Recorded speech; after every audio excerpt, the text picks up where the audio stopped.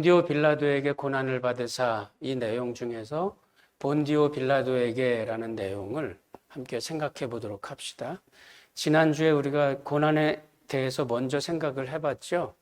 간단하게 요약을 해서 드리면 예수님의 고난은 본디오 빌라도에게 받은 그 고난에만 국한된 게 아니라 예수님의 생애 전체, 하나님께서 이 땅에 인간의 몸을 입고 오셨던 그 모든 사실부터가 이미 고난의 시작이었다는 것, 그리고 그 고난으로서의 인생을, 그 삶을 사시는 동안에 예수님께서 단지 고난만 받으신 게 아니라 그 고난 가운데에는 부활의 능력과 부활의 은혜가 함께 깃들어 있었다. 예수님의 고난 가운데에는 그래서 부활이, 하나님의 부활과 천국의 기쁨이 가시화되어 나타나는 그런 의미가 있었다는 것, 우리가 생각을 해봤습니다. 오늘은 이제 본디오 빌라도에게 고난을 받으사, 이 본디오 빌라도라고 하는 이름, 그 이름이 갖고 있는 의미, 여러 가지를 이제 우리가 함께 돌아보도록 할 텐데, 본디오 빌라도라고 하는 그 사람은 사실은 이 성경에서는 예수님을 재판하는 재판관이었기 때문에 굉장히 큰 인물처럼 우리가 생각이 들 수 있는데, 사실은 세계 역사에서 보면 본디오 빌라도는 사실 그렇게 중요한 인물이 아니었습니다. 로마의 입장에서 볼 때는 아주 저 밑에 이스라엘 팔레스타인 지역의 한 지역을 담당하는 총독으로, 지방 관리로 파송이 된 사람이었고, 그 총독들 중에서도 여러 큰 식민지들이 많이 있었기 때문에 본디오 빌라도는 사실 그렇게 큰 영향력을 가진 그런 지방 관리도 아니었습니다.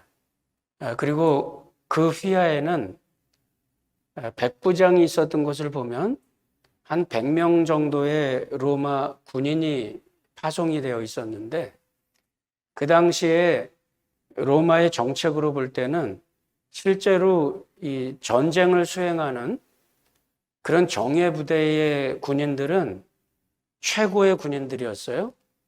그렇지만 주로 이런 감옥을 관리한다든지 또는 총독 관저를 지킨다든지 이런 군인들은 대개 좀 군인들 중에서 나이가 좀 많고 실제 전투에 들어 투입될 수 있을 만한 그런 사람들이 아닌 경우들이 많았어요. 그래서 대개가 다 좀 군인들 중에서는 전쟁을 수행하지 않는 그런 지역에 파송이 된 군인들이었기 때문에 전쟁을 수행하는 그런 정예군의 모습은 아니었습니다. 그렇기 때문에 본디오 빌라도의 총독 관저와 거기에 파송되어 있던 한 100여 명 정도의, 우리나라 말로 하면 중대병력 정도의 그 병력은 사실 유대에서 밀란이 일어난다 그러면 지킬 만한 능력이 없는 그런 군대였습니다. 그렇기 때문에 본디오 빌라도의 입장에서는 유대인들의, 그 당시 유대 지역의 지도자들의 눈치를 많이 봐야 되고 그들의 이야기를 많이 들어줘야 되는 그런 좀 약한 입장에 있었습니다. 이것이 본디오 빌라도의 입장이었어요. 근데 본디오 빌라도라고 하는 그 이름이 여기에 분명히 등장하는 이유는 예수님의 사건이 역사의 한 기록에 나와 있다는 뜻입니다. 본디오 빌라도라고 하는 그 이름이 로마 역사에 그 당시 1세기의 총독의 이름의 명단에 올라와 있듯이, 마치 내가 태어났다는 사실이 호적의 이름이 올라가 있고 내가 어느 학교를 졸업했거나 또 어떤 곳에 일을 하거나 이랬던 기록이 거기에 그 조직의 과거 기록에 있듯이, 나의 학교의 기록이 학적부에 있듯이 본디오 빌라도라고 하는 이름이 거기에 등장하는 것은 예수님의 고난이 분명한 이 역사의 한 순간에 일어났던 그 사건이라는 것을 증거하는 겁니다. 아무렇게나 생각하고 아무렇게나 만들어내는 일이 아니고 픽션이 아니고 사실이라는 거죠. 그것을 증거해 주는 것이 본디오 빌라도라고 하는 이름입니다. 이 이름이 갖고 있는 그 역사성과 함께 또 중요한 게 하나 있는데 뭐냐면 본디오 빌라도라고 하는 그 세상의 권력과 하나님의 나라, 이 하나님의 나라와 세상의 권력과의 관계를 보여줍니다. 이게 굉장히 중요한 뜻을 갖고 있는데 좀 쉽게 좀 간단하게 설명을 드리면 오늘 성경 본문에 보면 이 두 모습이 이렇게 뭔가 충돌을 하고 있는 모습을 보입니다. 본디오 빌라도가 예수님과 대화를 하는 그 입장에서 예수님에게 뭔가 죄가 있다는 사실을 찾아내야 되잖아요. 재판관이니까. 그렇기 때문에 예수님과 이제 변론을 해야 됩니다. 근데 거기서 예수님이 자기 변론을 해야 되는데 별로 빌라도에게 별다른 말을 예수님이 하지를 않습니다. 그러니까 빌라도가 내가 너를 풀어줄 권세도 있고 너를 사형을 언도를 하고 형을 집행할 권세도 있고 그런 힘이 나에게 있는 줄 알지 못하느냐. 그러니까 예수님께서 위에서 권세를 주지 않았으면 나를 해할 권세가 당신에게는 있지 않다. 그러니까 예수님의 입장에서는 빌라도가 가지고 있는 그 세상의 권력이 하나님으로부터 시작이 되어서 하나님께서 그에게 주셨다고 하는 뜻을 갖고 그 하나님께서 주신 그 권력, 세상의 권력 앞에 예수님이 힘이 없어서 복종하는 게 아니라 하나님께서 그 권력에 하나님의 권세를 위임을 하셨기 때문에 그 관계에서 예수님께서 빌라도의 법정에 참여하고 빌라도의 재판을 받는 겁니다. 그러나 빌라도는 내가 힘이 있어서 이 사람을 재판하고 내가 힘이 있어서 이 사람을 처형을 할 수 있다. 이렇게 생각을 합니다. 이것이 오늘 제가 여러분들에게 말씀드리는 중요한 충돌입니다. 중요한 핵심인데 세상 사람들의 권력에 대한 생각, 파워에 대한 생각과 우리 예수를 믿는 사람들이 예수님께서 갖고 계신 권력에 대한 하나님의 주권에 대한 믿음입니다. 만약에 여러분들이 하나님의 주권에 대한 믿음, 전능하사 천지를 만드신 하나님, 여기에 대한 믿음이 없다면 처음부터 출발이 잘못되는 겁니다. 이 이상의 말은 들을 필요도 없어요. 전능하사 천지를 만드신 하나님 아버지의 그 주권을 믿지 않는다면 예수님께서 당하신 고난과 그것이 세상 권력 앞에서 힘없이 사형 언도를 받고 형 집행을 받았던 아무런 권력이 없는 파리 목숨 같은 그런 모습이라고 하는 것, 그 이상의 의미도 아닙니다. 만약에 우리가 하나님의 주권을 믿지 않는다면, 만약에 하나님의 주권을 믿는다고 한다면, 이것이 이제 우리가 예수를 믿는 사람들의 생각입니다. 우리들의 믿음이에요. 내가 하나님의 주권을 믿어요. 그렇다면 이 세상에 있는 모든 권력이 하나님께로부터 왔다고 하는 것을 우리가 믿고 이제 우리가 갖는 생각은 뭐냐면 그 하나님께서 주신 권력을 하나님의 뜻대로 수행하지 않는다면 이것이 하나님의 심판입니다. 여러분들이 하나님께서 이 세상을 심판한다 이렇게 말씀하실 때 세상을 심판하시면 뭔가 벌을 주고 당장 유황불을 쏟아 부어서 이 세상이 멸망하게 만들고 막 땅에서 물이 솟아나고 하늘에서 비가 내리고 이렇게 세상이 물에 잠기고 세상이 막 불타 없어져 버리고 이 정도 돼야 심판이다 이렇게 생각을 할 수 있는데 물론 그 심판도 있습니다. 그렇지만 그보다 더 먼저 이루어지는 심판은 뭐냐면 하나님의 의가 하나님의 주권이 우리들에게 주어졌는데 그 주권대로 그 위임대로 권력이 수행되지 않을 때 이것이 바로 뭐냐면 하나님의 의의 기준에 따라서 세상이 거기에 부합하지 않을 때 하나님으로부터 단절되는 겁니다. 그리고서 이미 하나님의 심판은 세상의 권력 앞에 수행되는 겁니다. 우리가 예수를 믿는 사람들이 세상으로부터 고난을 당하고 핍박을 당하고 세상으로부터 미움을 당하고 세상으로부터 순환을 당할 때 때로는 우리는 그런 생각을 합니다. 하나님은 어디 계십니까? 내가 지금 병들어서 힘든데 하나님 도대체 뭘 하고 계십니까? 때로는 불만이 터져 나옵니다.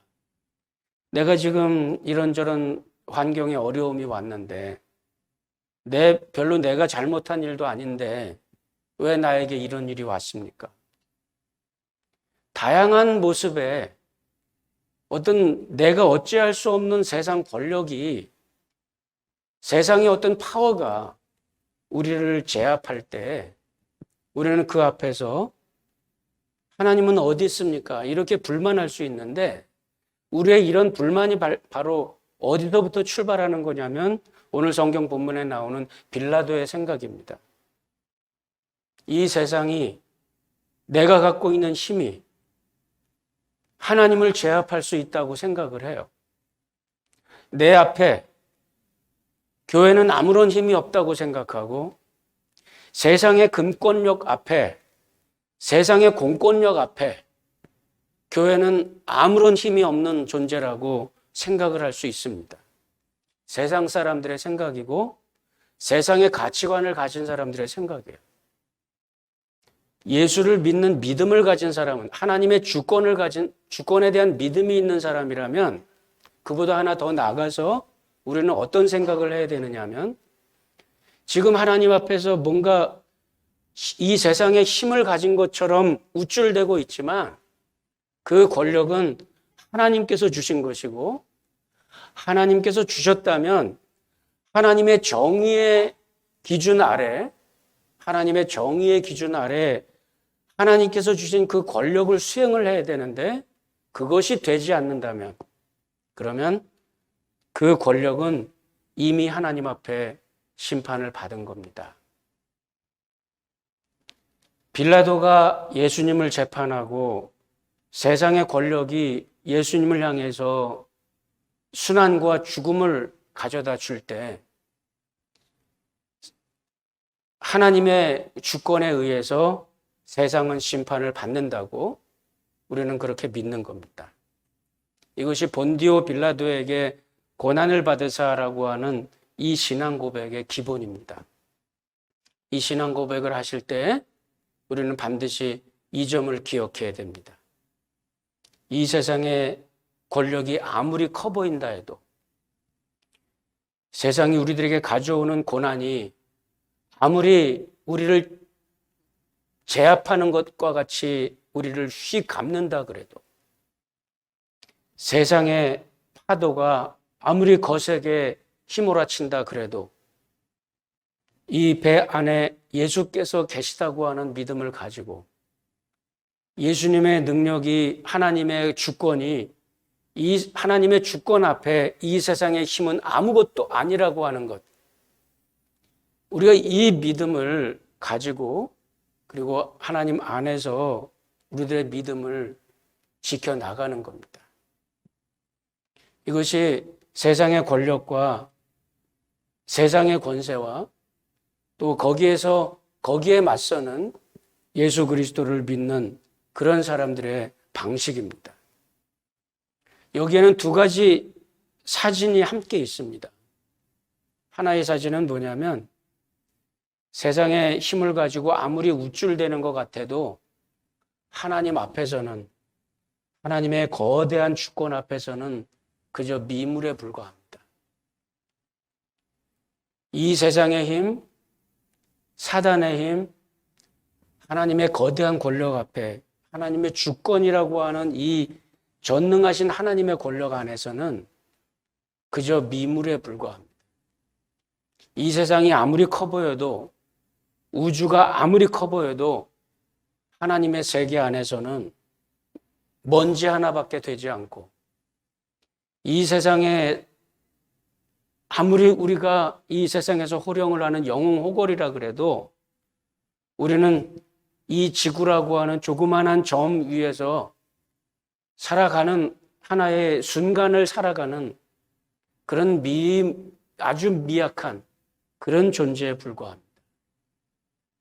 두 번째 픽처는 뭐냐면 이 세상에 거대한 권력을 가진 것 같은 본디오 빌라도가 대표하는 것은 로마의 권력이고 로마의 권력은 그 당시로는 세계 최고였습니다.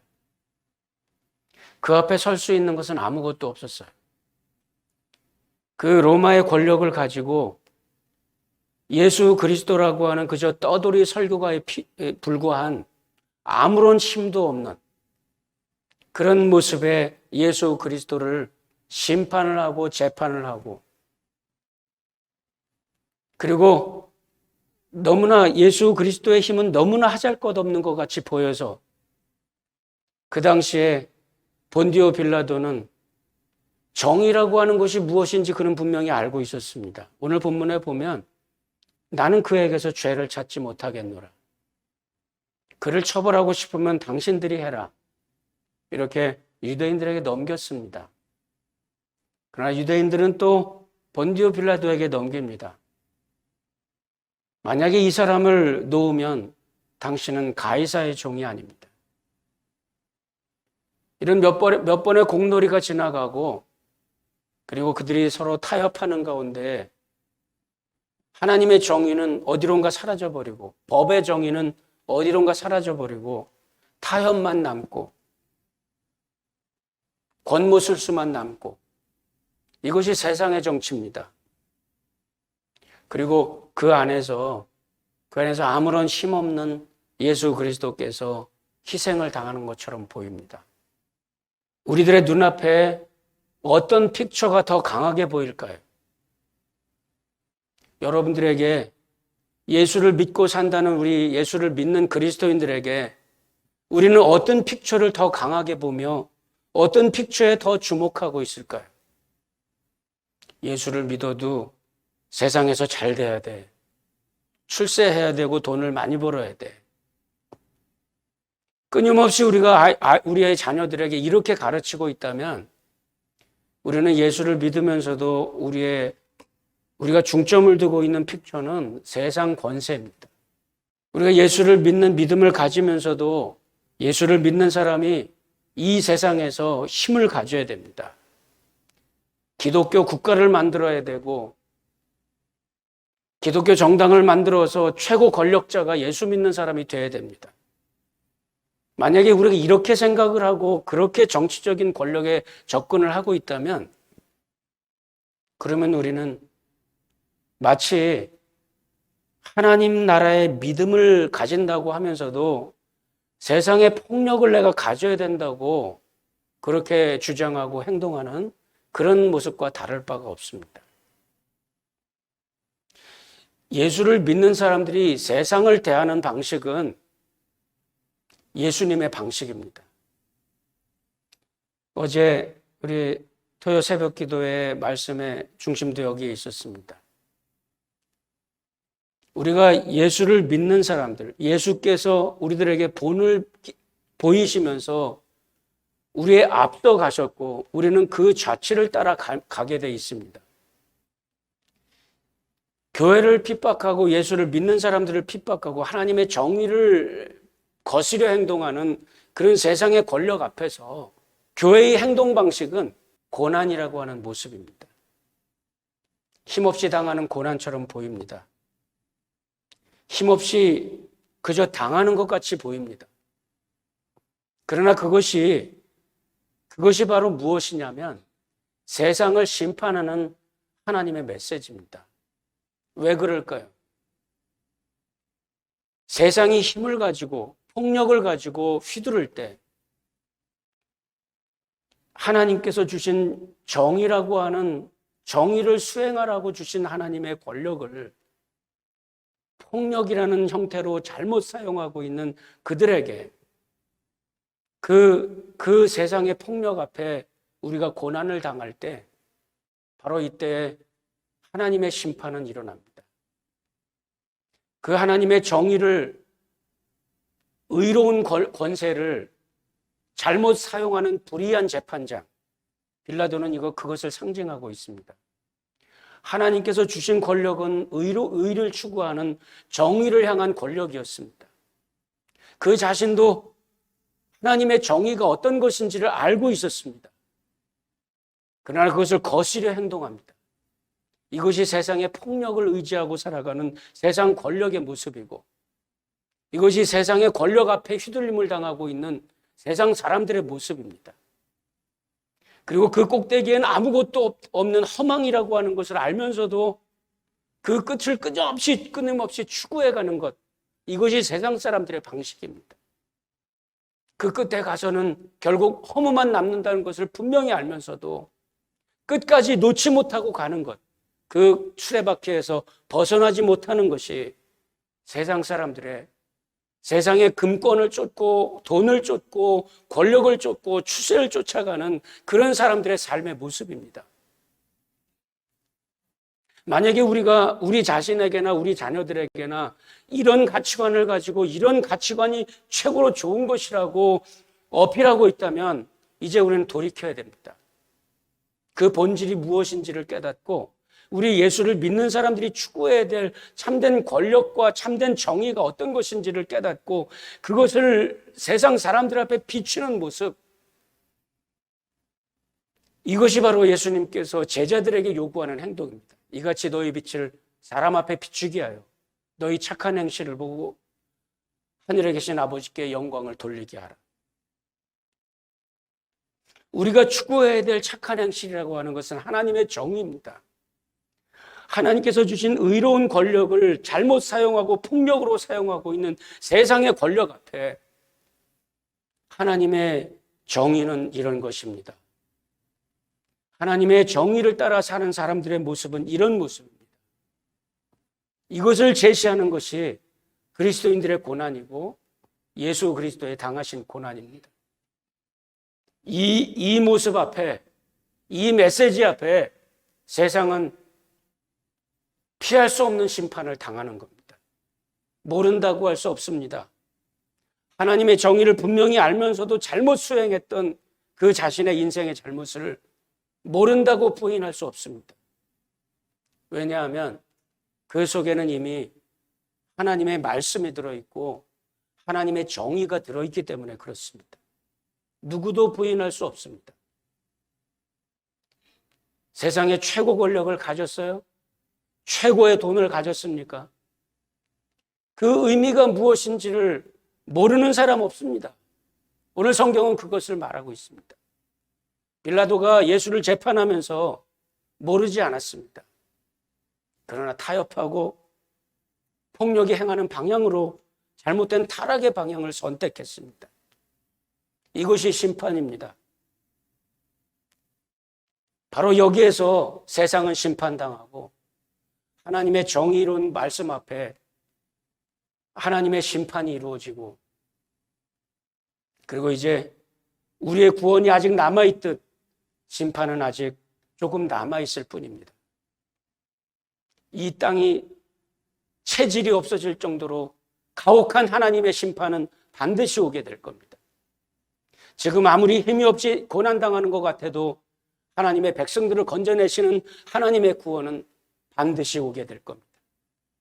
그 믿음을 가지고 이 세상 속에서, 이 세상 앞에서 의연하게 세상의 조롱과 세상의 핍박과 세상의 모든 미움 가운데에서 하나님의 믿음을 가지고 의연하게 하나님의 정의를 따라 살아가고 우리들의 삶과 우리들의 손과 우리들의 발과 우리들의 몸 전체로 하나님의 복음을 선포하고 하나님의 정의가 어떤 것인지를 나의 삶을 통해 증거하게 될 때, 거기에서 하나님의 선은 드러나고 하나님의 정의는 보여지고 하나님의 빛을 발하는 것입니다.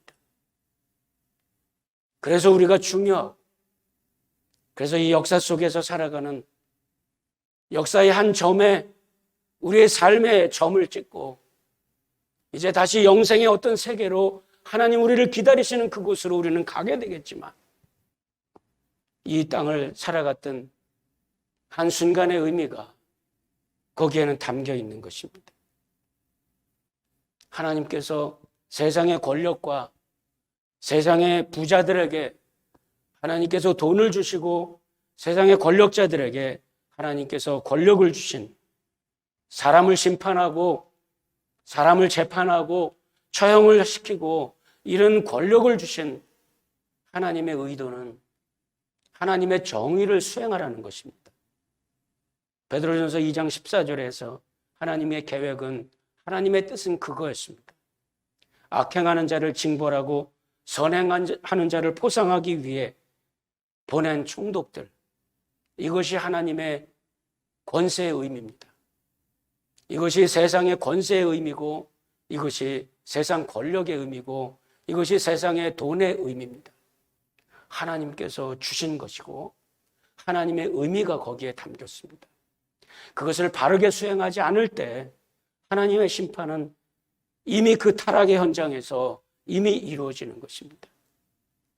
남아있는 심판은 그저 조금 남아있을 뿐입니다. 예수를 믿는 사람들은 적어도 이런 역사관을 가져야 되고 이런 믿음을 가져야 됩니다. 세상을 향해서, 세상의 돈을 향해서, 세상의 권력을 향해서 우리가 행동하는 방식은 예수 그리스도의 순환과 십자가의 죽음의 발자취들을 따라가는 방법입니다.